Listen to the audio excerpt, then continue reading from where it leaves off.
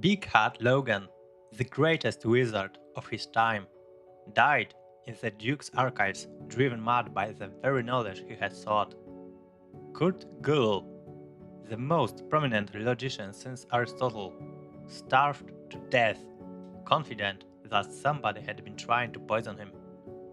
Georg Cantor, the first man to mathematically describe infinity, died at a mental asylum as a lunatic, unable to bear the vision he had discovered. What do these brilliant minds have in common with the solitary sorcerer wearing a ridiculously large hat? All three touch the knowledge that lies on the verge of human comprehension, knowledge promising enlightenment, yet exacting a price, madness.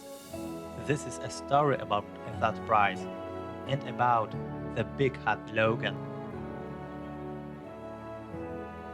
The Duke's archives are the infinite library in the world called Lordran, situated atop a hill in Anno Lando. Majestic in its isolation, the structure towers over all others. Within this building lies the library, a repository of arcane knowledge, which possesses a threat to some minds. Amidst shelves flooded with an eerie, crystalline light, a man is found, the greatest sorcerer of his time, Big Hat Logan. He is naked, with the only piece of clothing being the ridiculously large hat obscuring his face. He doesn't recognize you, nor does he remember your name. He just mutters. What happened for the mighty sorcerer Logan to end up a lunatic? This raises a fundamental question. Can one know too much? Is there a certain kind of knowledge that can utterly destroy even the most brilliant of minds? It would be easy to dismiss this, referring to the fact that Dark Souls is just a game, and Logan a fictional character created by writers. But the archetype of the mad genius did not come into existence out of nowhere. This is no mere literary fantasy, but a reflection of fear that lies dormant in our culture. What did Logan truly discover in the archives? And what does his story say about our own relentless pursuit of knowledge and ambition? About their terrifying power, a power that can pull us straight into the abyss. Just as the labyrinth in Greek myths had its minotaur, the Duke's archives have their own architect and prisoner, who is the monstrous dark core of it all. At first glance, the archives are a place of triumph for knowledge, cognition, and reason, just like our universities. However, the archives serve also as a monument erected against the chaos and oblivion of the world of Lordran. Seeth the Scales, its architect, a traitor dragon who betrayed his brethren in exchange for a ducal title and immortality, which he eventually accessed through his research, is also the first prisoner of his own creation, the guardian of knowledge that promises the transgression of all boundaries. Therefore, the archives are a perfect metaphor for what Jacques Lacan called the symbolic order. It's the system of language, laws, and categories that impose meaning upon the world, the meaning which Seth created for himself. Through his research, he gathered data, information, and defined it. What is truth? What is heresy? What is impossible? What is possible? Meanwhile, the one who steps into it all this is Logan, for whom none of the values such as army, titles, victory, position have any significance. He seeks only one thing, the one thing the archives have in abundance. He desires absolute truth. He wants to reach the core of Seth's system and what lies at its foundation. He wants to reach the crystal magic, which, in the world of Dark Souls, is the gateway to immortality. However, in Lacanian terms, Logan doesn't just want to master the symbolic order, since he also wants to touch what is concealed beneath it. Logan wants to touch the real. He is no longer interested in knowledge that can be described in words and categorized in books. He wants to go further, to touch the crude, unformed materiality of the very existence that had been present before language could mean. The real is inherently traumatic, and such is the nature of Sith crystal magic.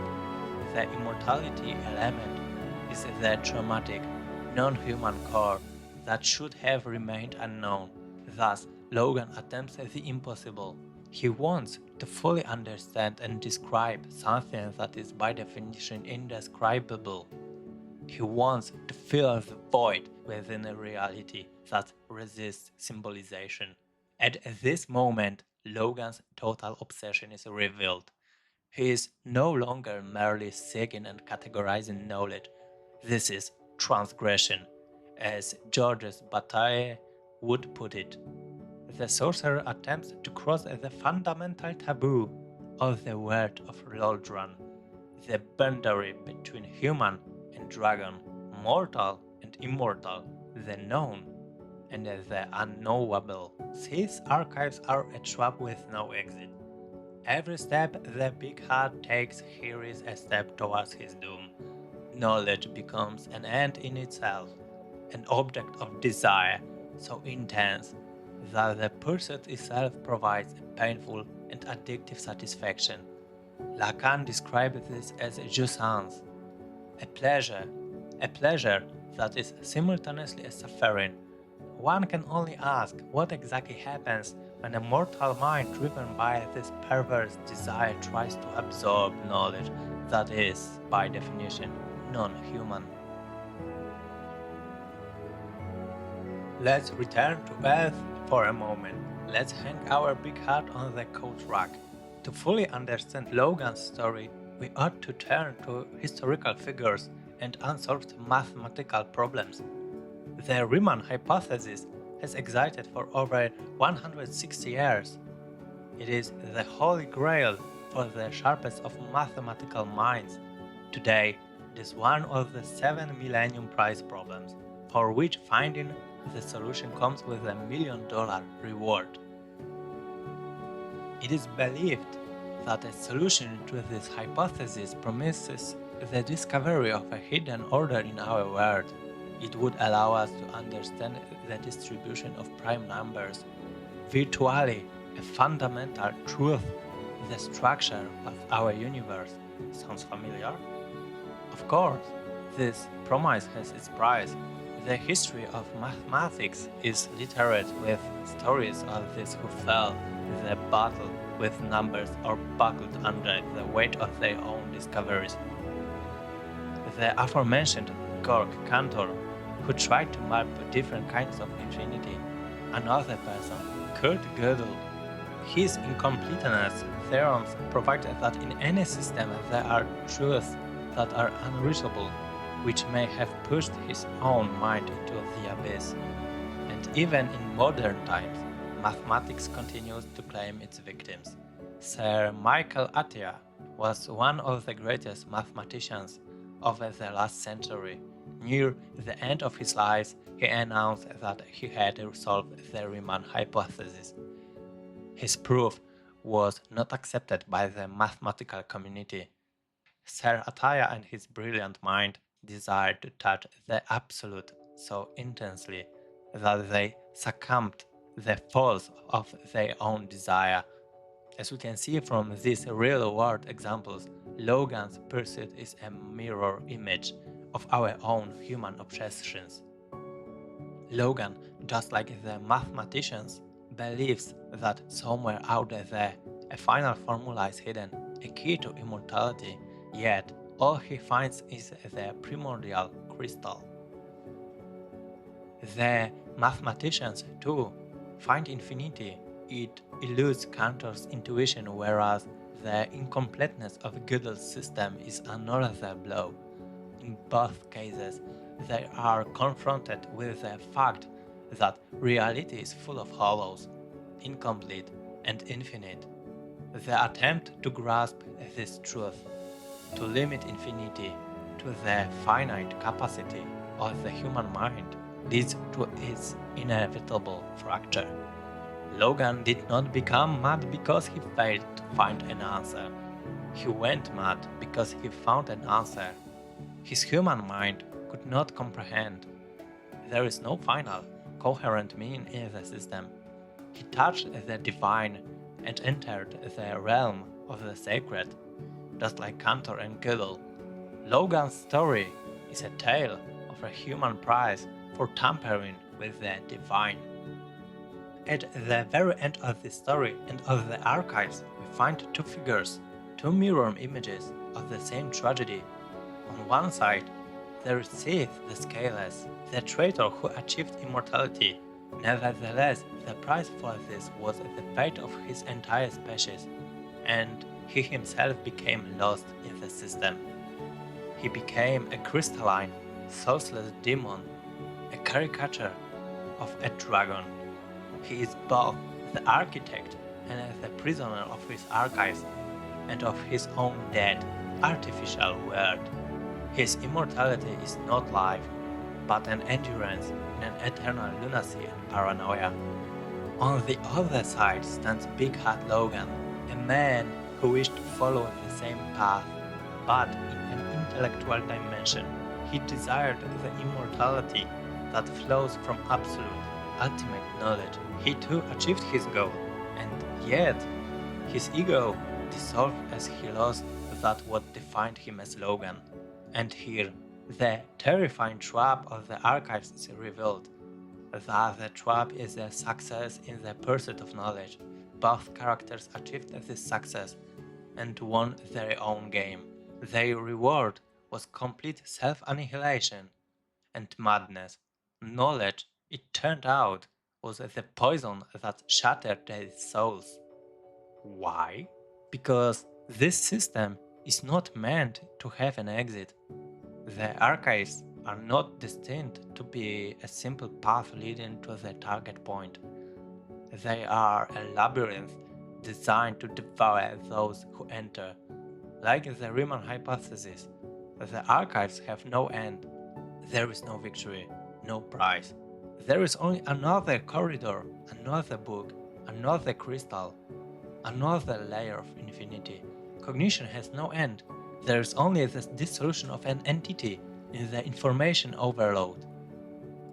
To grasp the core of the sorcerer's physics disintegration, we must return to Lacan and his concept of the symbolic order.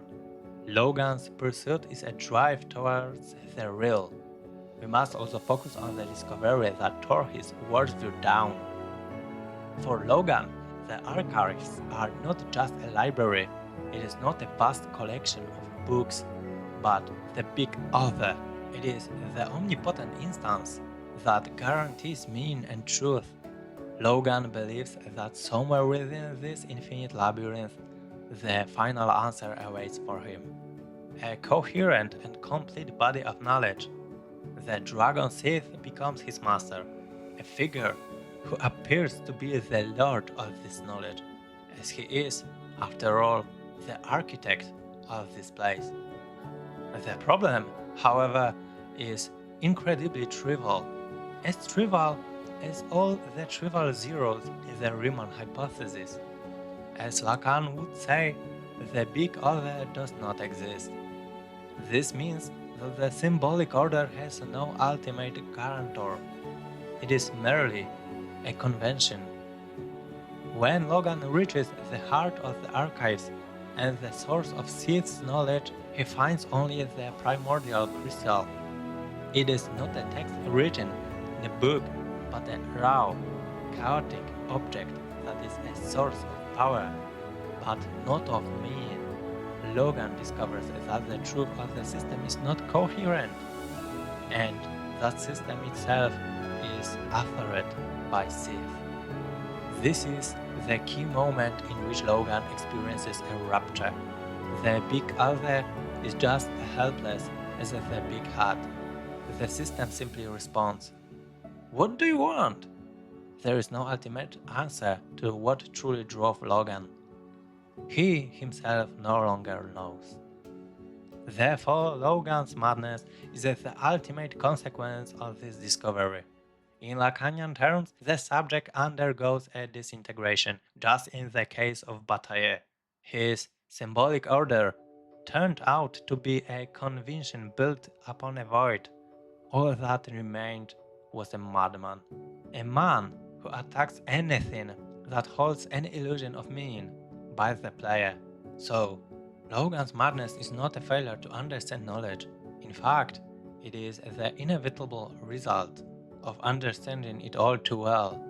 He had learned that an ultimate coherent knowledge does not exist, and at the very heart of the system to which he had devoted his life, there is nothingness, a void.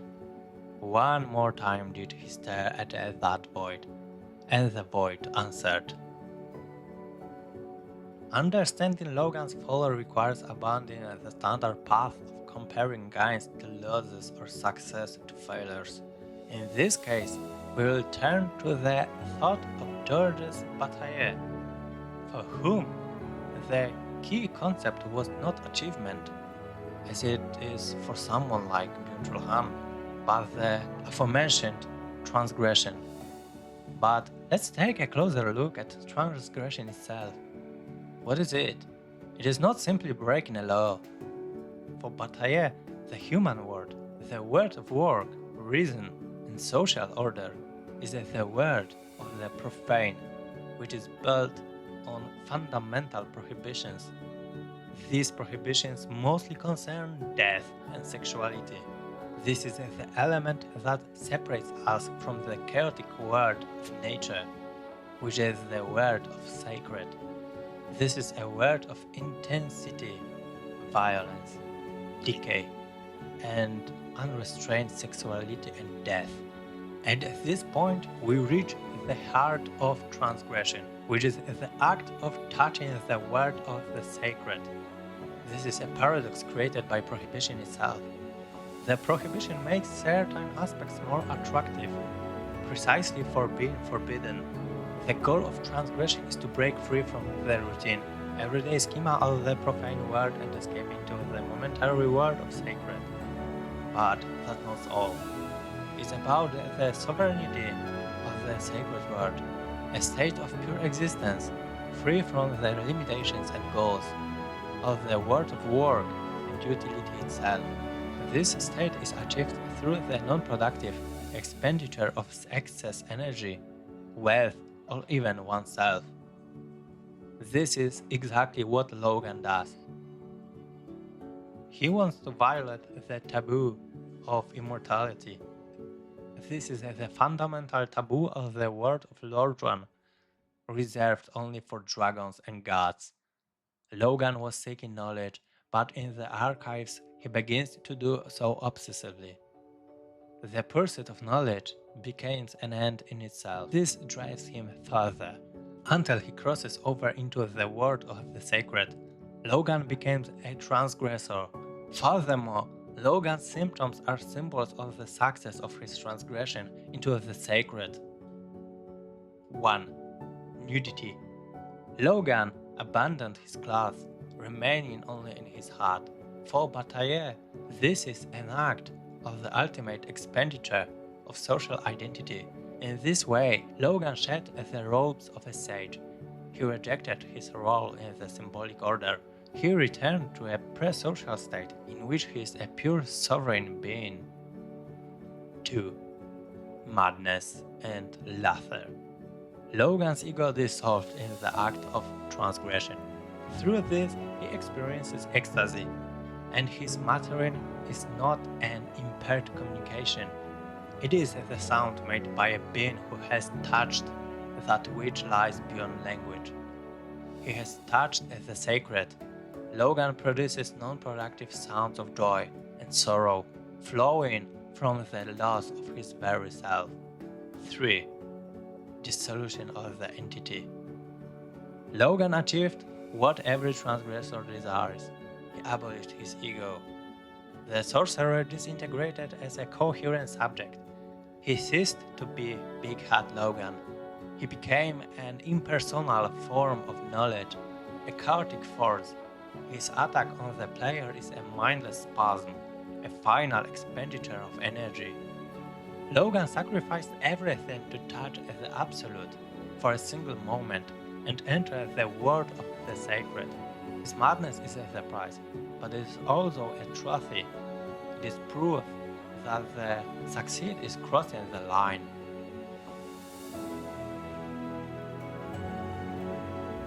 The ego dissolving the information overload. It is as if I've seen and heard this somewhere before. Big Hat Logan and said, this isn't just a story about a distant fantasy world. It is a story about us, here and now. Our Duke's archives are a place as beautiful as it is terrifying. Our archives are built from crystals of silicon. Our archives are the infinite scroll on social media, the black box of an algorithm that knows us better than we know ourselves. An algorithm that knows better what you want to watch next is the promise of Silicon Valley, big data, meant to solve our every problem, and AI supposed to give us an answer to every question. We, too, tend to our own primordial crystals, dispassionately devoting ourselves to them every single day. In a world that promises you all knowledge and an answer to every question, in a world where your primordial crystal knows more about you than you do yourself, in a world where you pay for all of this with your attention, your data, and perhaps something more? Where does the boundary lie? What is more valuable, the truth you might find in the primordial crystal, or the humanity you might lose? Thank you for watching.